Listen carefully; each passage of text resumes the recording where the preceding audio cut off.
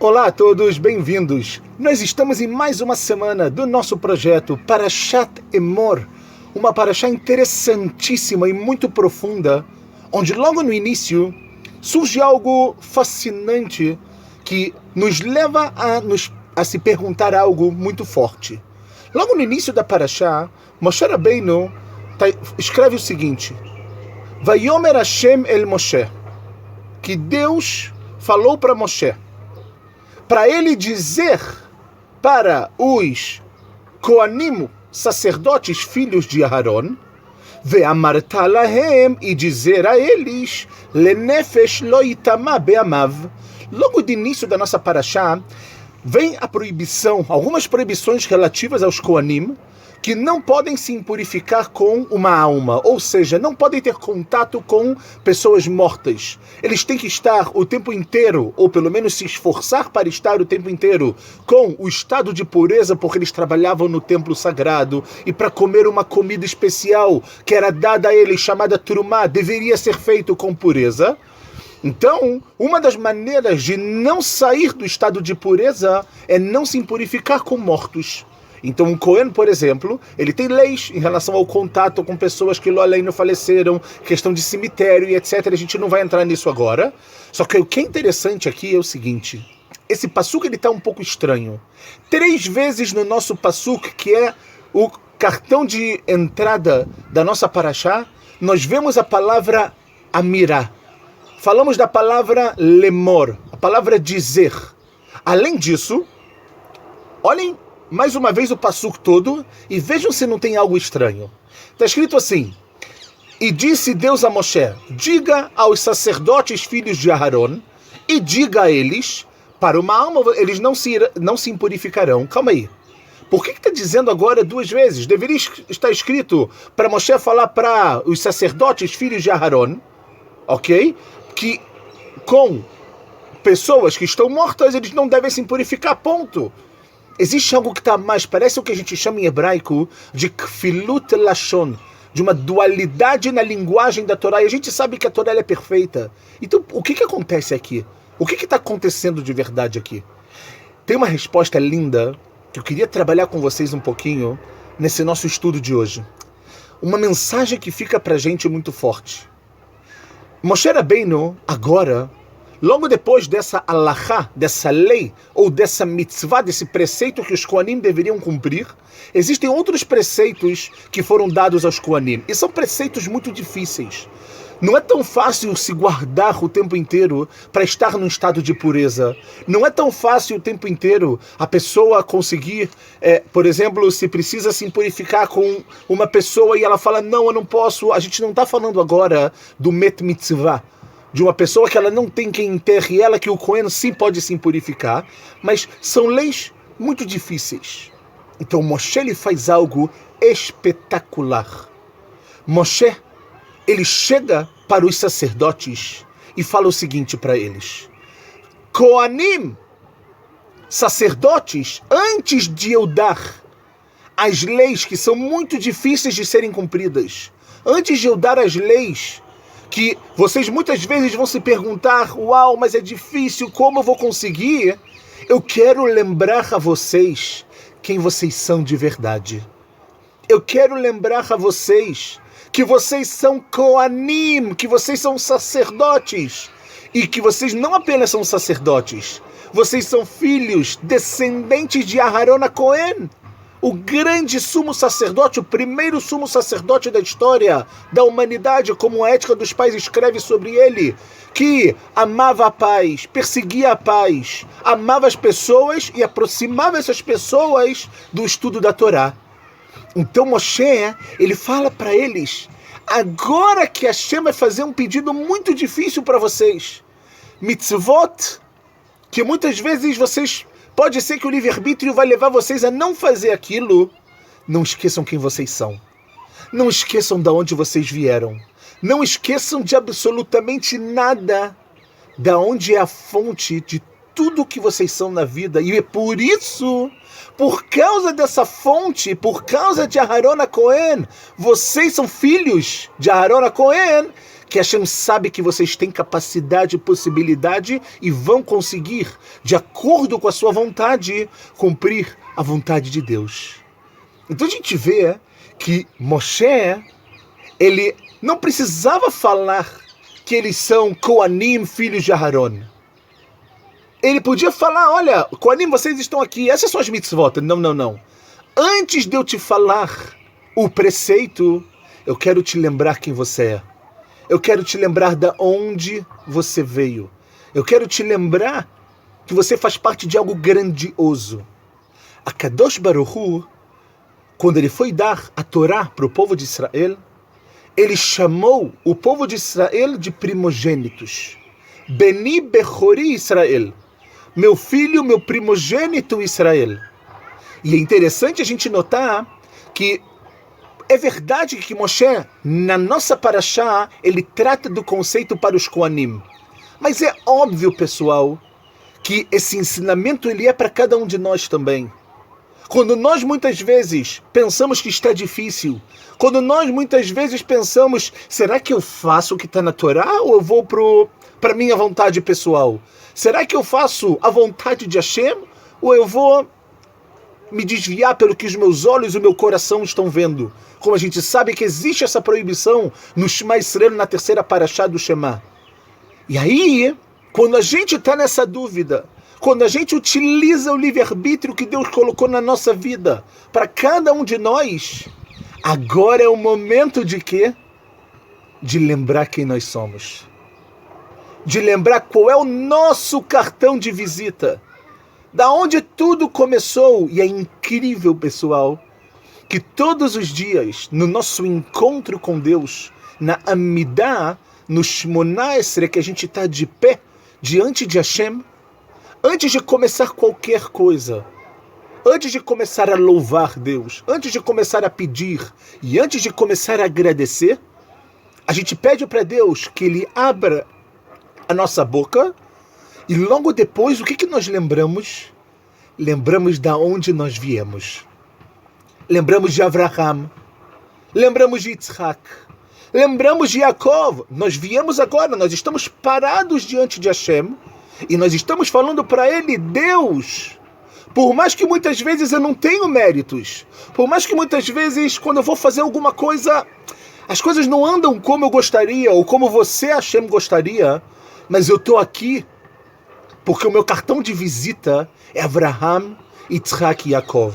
Avraham, um homem que esteve disposto a perder a sua vida, a se jogar, a ser jogado na realidade numa fogueira por Nimrod, porque ele não quis se curvar a Nimrod. Avraham, que é a Shlemut, é a plenitude de toda a bondade, que sofre quando ele está no terceiro dia da sua circuncisão e ele não pode receber visitas na sua casa.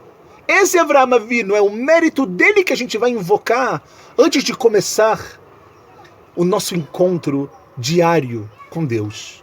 Depois a gente passa para Yitzhak e a gente lembra da gvurá, da bravura de Yitzhak.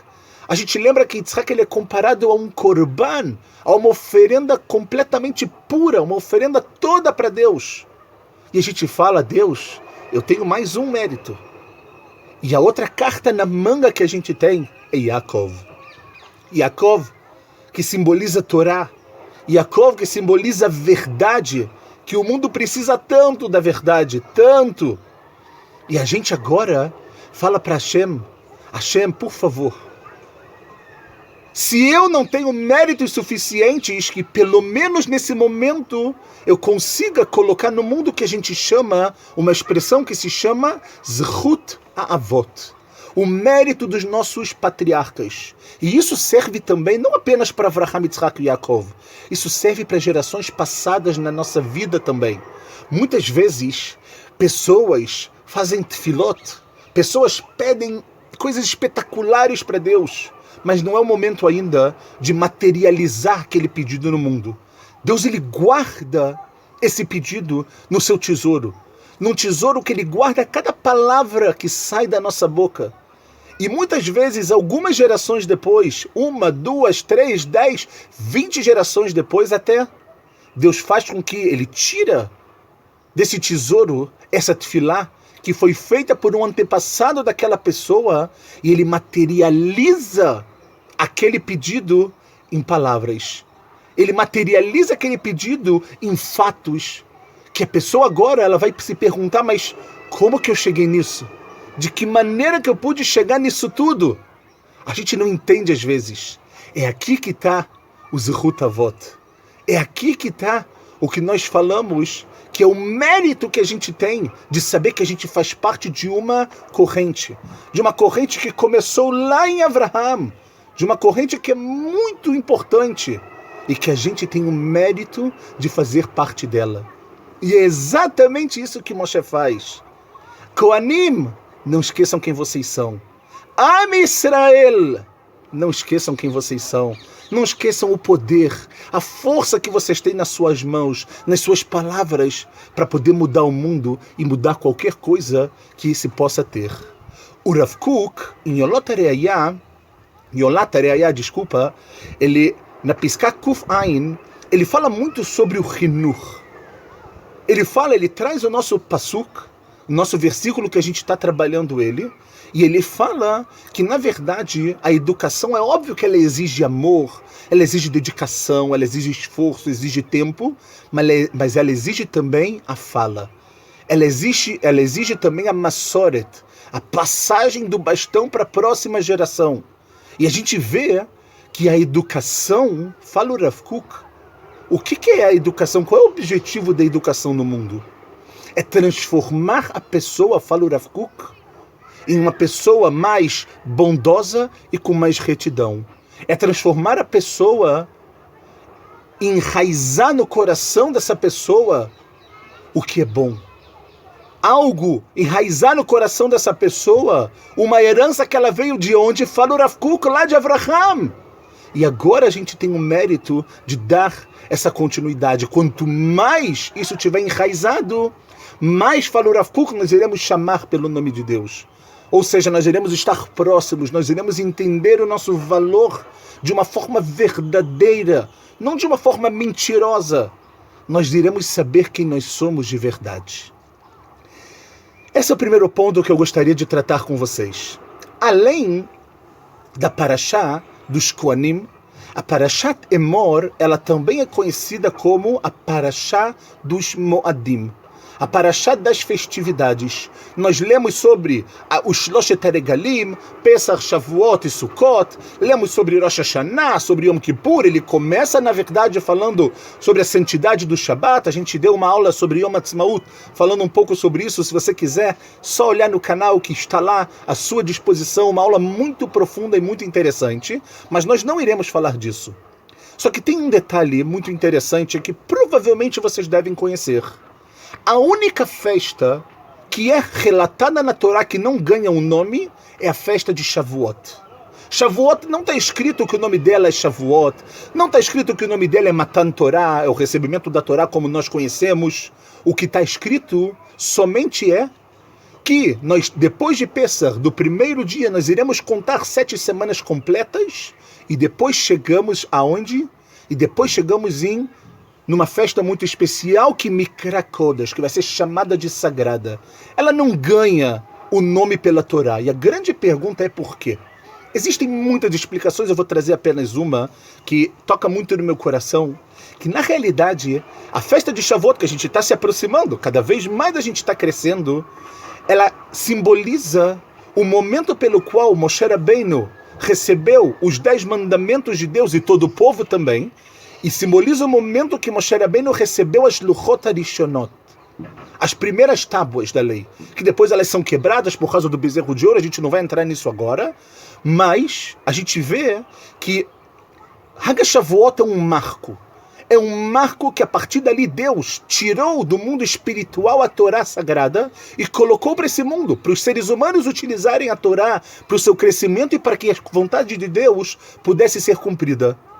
Por outro lado, é muito interessante que Chachamim falaram, se a Torá fixasse o nome dessa festa, se ela falasse, por exemplo, vamos comemorar a festa do recebimento da Torá, o que nós iríamos fazer?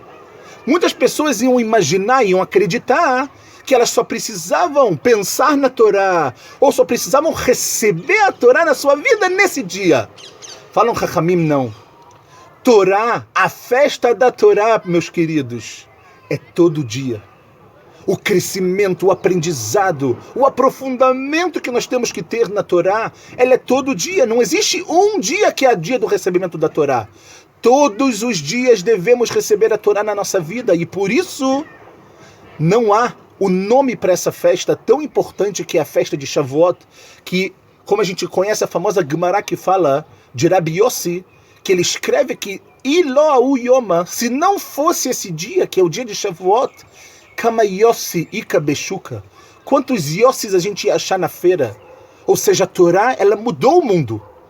Só que a partir do momento que ela mudou o mundo, a gente comemora esse marco inicial, só que a festa da Torá são todos os dias.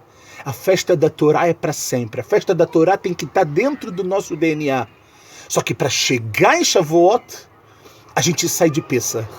Em Pessah, a oferenda que era trazida era feita com cevada.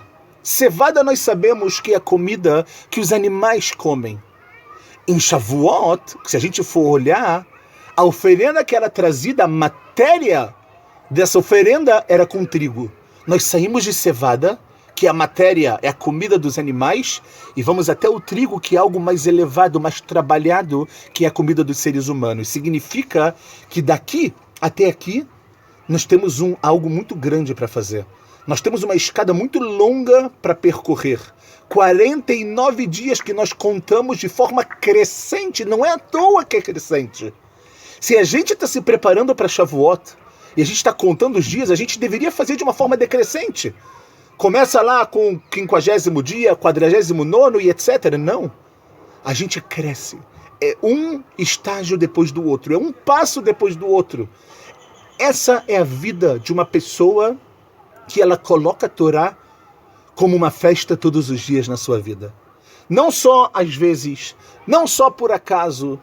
Cada pessoa de acordo com o seu nível, cada pessoa com o seu esforço, cada pessoa com que ela pode, de acordo com a sua possibilidade, se é escutar um shiur na internet, se é abrir um livro, se é estudar um pouco mais, se é ler livros em português, em inglês, cada pessoa tem a sua finalidade e ela sabe o quanto que é importante para ela.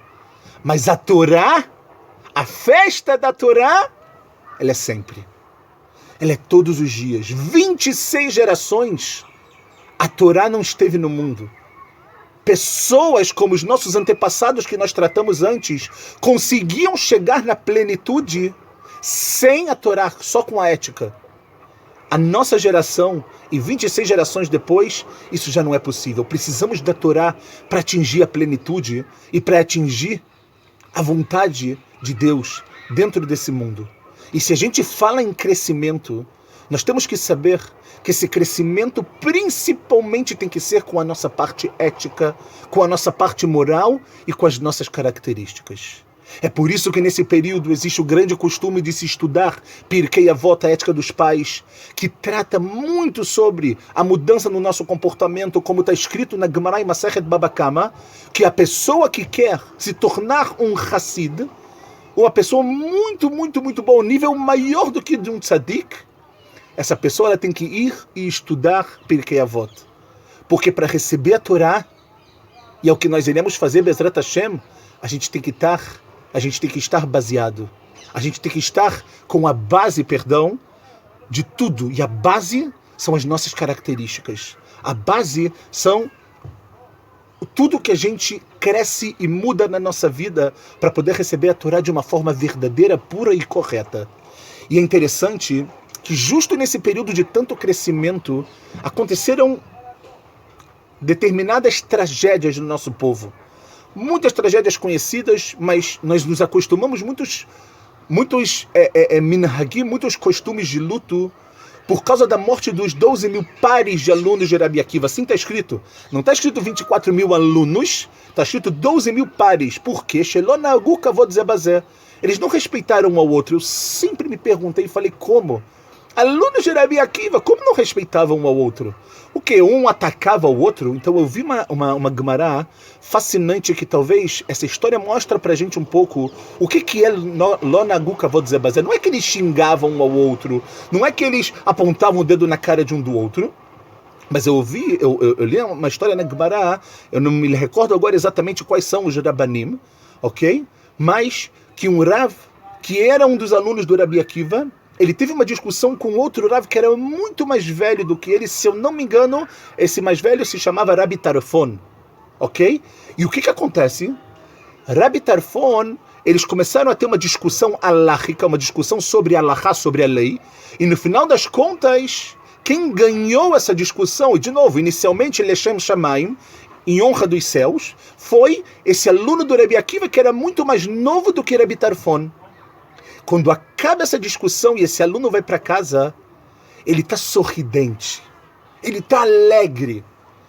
Só que essa alegria também vem com um determinado desprezo. Como você pode se alegrar de algo como se você agora ganhou uma guerra contra uma pessoa mais velha? Cadê o respeito por Rabi Tarfon?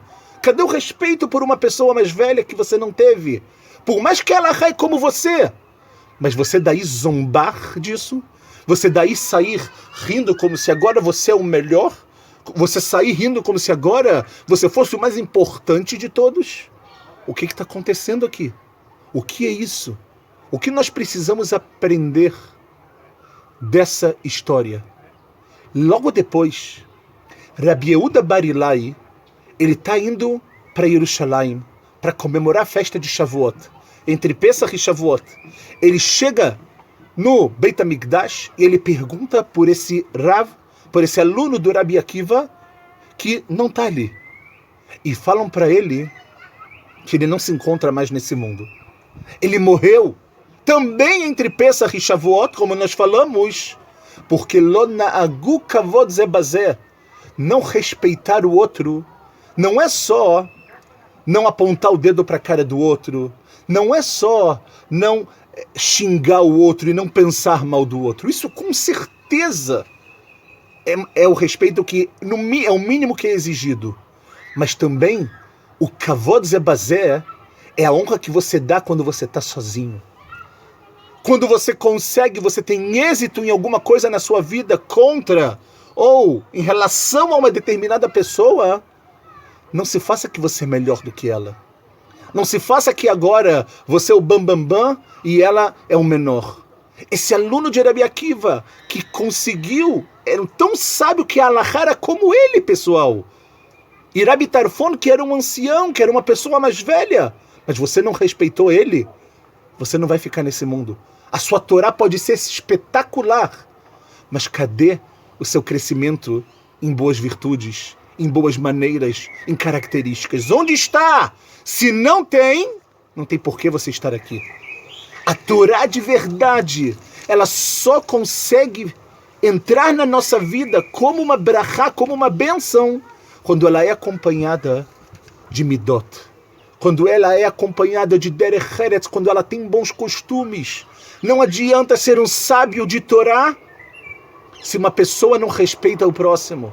Não adianta saber todas as alahot de Shabbat se a pessoa não consegue conversar, não consegue abrir a boca e se relacionar com o próximo, porque ela sempre vai achar que ele é maior. Não adianta saber todos os chás de Gemara se você acha que você é o melhor do mundo e que os outros são piores que você. A Kadosh Baruch Hu está dando uma resposta para a gente.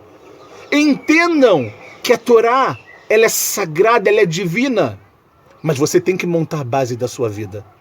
E por isso, para a gente poder terminar, eu te pergunto, você já montou a sua? Como está a base da sua vida? Como está esse crescimento para a gente poder receber a nossa Torá? Hoje é o 28º dia do Omer. Mais um pouquinho, mais 22 dias, estamos chegando em Shavuot. Temos tempo, temos iniciativa, temos verdade. Mas é isso que a gente tem que procurar nesses dias. Nesses dias, como a gente fala, que muitas vezes são tão escuros. Mas a Kadosh Baruch Hu, da mesma forma que esse sol que está aqui atrás de mim ilumina o mundo, a Kadosh Baruch Hu ilumina esse mundo de uma forma tão linda. Basta a gente abrir os olhos enxergar e de todo o coração ter vontade de fazer o que é certo, que é a vontade de Hashem. Tudo de bom, Shabbat Shalom, Bessorot Tovot, boas notícias, e que todos os enfermos tenham as suas verdadeiras curas e que nós possamos voltar para a nossa rotina, que nós possamos voltar para a vida comunitária muito em breve em nossos dias. Amém ve amém. Shabbat Shalom umevorach.